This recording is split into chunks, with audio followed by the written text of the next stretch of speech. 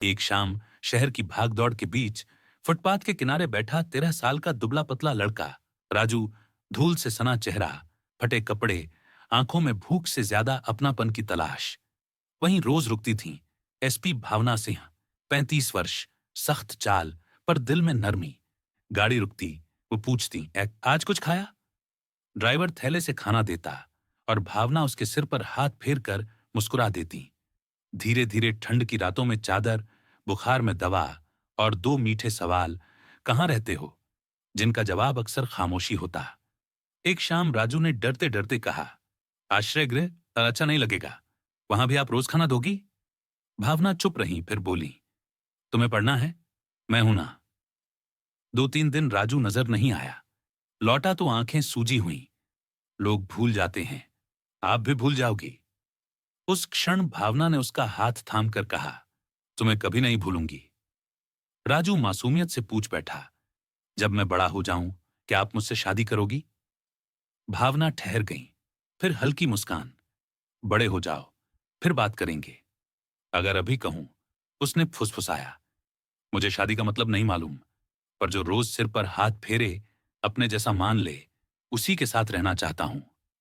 कई रातों की जद्दोजहद के बाद भावना ने तय किया, समाज की परिभाषा से पहले एक बच्चे की इंसानियत।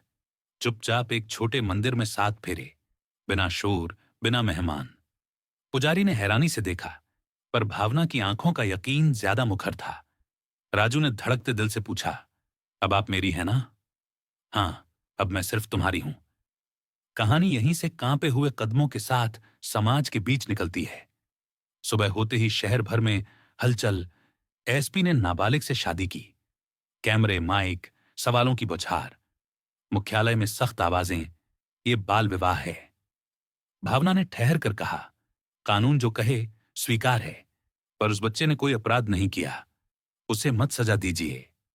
अदालत ने विवाह को अवैध माना और राजू को बाल सुधार गृह भेजने का आदेश दिया। पुलिस उसे ले जा रही थी, वह रोता हुआ पलटा, मैं लौट कर आऊंगा, फिर सबके सामने आपसे शादी करूंगा। भावना की उंगलियां कसकर जुड़ गईं। पहली बार उन्होंने खुद को असहाय महसूस किया। 2 हफ्ते एक युग की तरह बीते। भावना ने दिशा बदली, रिश्ते का नाम नहीं, जिम्मेदारी का हक मांगा। उन्होंने पत्नी नहीं, कानूनी संरक्षक बनने की अर्जी दी। शिक्षा, मनोवैज्ञानिक देखभाल और 18 की उम्र तक किसी वैवाहिक संबोधन से परहेज की शर्तों के साथ। राजू लौटा। अब एक कमरे में किताबें, मेज पर एक तस्वीर, जिसमें वह मुस्कुराते हुए भावना का हाथ थामे खड़ा है। स्कूल में ताने, भिखारी राजा आ गया, पर भावना की सीख, जवाब मेहनत से देना, उसे अव्वल बना देती है। वार्षिक समारोह में भावना मंच से कहती हैं, इस बच्चे ने मुझे इंसान बनना सिखाया। जांच समितियां आती जाती रहीं, घर, स्कूल, रिपोर्टें, सबके बीच एक नैतिक प्रश्न तैरता रहा। मंत्रालय का नोटिस, क्यों न सेवा से बर्खास्त किया जाए?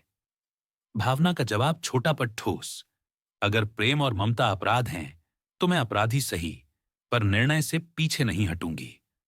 शोर में धीरे धीरे समर्थन की आवाजें मिलती गईं, और जहां शोर थमा, वहीं से काम शुरू हुआ। भावना ने वर्दी उतार दी, पर जिम्मेदारी नहीं, नई दृष्टि, एक संस्था जहां सड़क के बच्चों को आश्रय, शिक्षा और आत्मसम्मान मिलता है। राजू अब बच्चों को पढ़ाता है, उनके साथ हंसता रोता है और उन्हें सिखाता है, दुनिया कैसी भी हो, अपना सम्मान मत खोना। उसने एक ब्लॉग शुरू किया, कहानियां लिखीं, अपने घावों को शब्दों में बांधा। एक किताब बनी। विमोचन पर मंच से उसने कहा, प्रेम उम्र नहीं, आत्मा देखता है। भावना की आंखों में उस दिन गर्व था, और एक स्वीकार, तुम अब मेरे बेटे नहीं, मेरे बराबरी के जीवन साथी हो, नाम से पहले आत्मा से। रात की छत पर तारों की ओट में दोनों ने एक संक्षिप्त सा वादा रखा, 18 के बाद सबके सामने, पूरी दुनिया को गवाह बनाकर, पर अभी पहले तुम्हारी पढ़ाई, तुम्हारा बनना। राजू मुस्कुराकर बोला, पहले पहाड़, 1 महीना, किताबें, कहानियां, फिर वापस उन्हीं बच्चों के पास। भावना देर तक आसमान देखती रही, जहां सुबह हर रात की परछाई से निकलती है। ये कहानी सनसनी की नहीं, सहारे की है, उस अनकहे रिश्ते की, जो पति पत्नी से पहले संरक्षक आत्मा बनकर जन्म लेता है। कानून अपनी जगह पर खड़ा रहता है और इंसानियत अपनी। जीत तब होती है जब फुटपाथ का एक बच्चा अपने नाम, अपनी पढ़ाई और अपने आत्मसम्मान के साथ फिर से इंसान बनकर मुस्कुराता है। वीडियो को लाइक कर चैनल को सब्सक्राइब करें। Thanks for watching.